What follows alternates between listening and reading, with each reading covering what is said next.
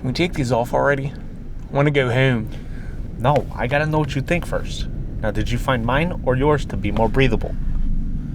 Well, I'm torn. I am a slave to the classics, but this does feel better on my skin.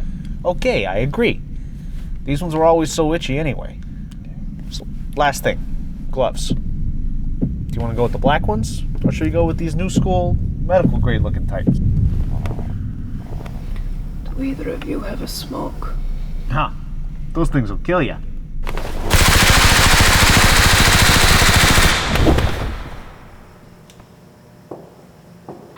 Welcome back, cool kids, and today we're going to be talking about how to get some affordable costumes for your films. And the clip you just saw is from our action series Battle for the Crown, which is out now. When I think about costumes, you think about what your characters are going to wear, what your actors are going to wear. And what I've realized throughout the years is that costumes are such an overlooked aspect of a lot of films, especially at the indie level. And so I just wanted to talk a little bit about the fact that for me, since I really enjoy building films around characters, so I don't really start with plot. I'm more of a character-driven type of writer. So when I write my stuff, I like to come up with the character first and then put that character in an environment that will make that character really pop. And with that, I like their costumes to really echo who they are as people. And something that I like doing is, number one, obviously there's the online route, so you can, look at Amazon and order a bunch of stuff, and you could return it after you're done using it. I mean, that's just, hey, I didn't say it out loud. So another thing I like to do, and this is something that might seem obvious, is I like to go to like thrift stores, and I like to just walk around and just look at different items they may have, especially jackets. And I like to kind of just see what they kind of have available.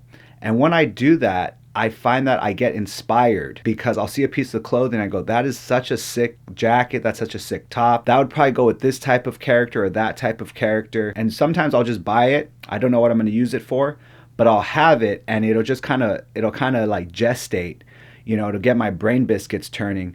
And then eventually I'm like, I got it. It would work perfectly for this. And then the flip side also works is you're writing a character and you think, I wonder what would be like a unique thing for them. So for instance, when I was thinking about this Russian character for Battle for the Crown, I was like, there needs to be a statement piece with this character. There needs to be something that you look at and you go, wow, that is the character, right? So we're at this out of the closet and I was walking around and I saw this coat. I thought to myself, damn, that shit is dope.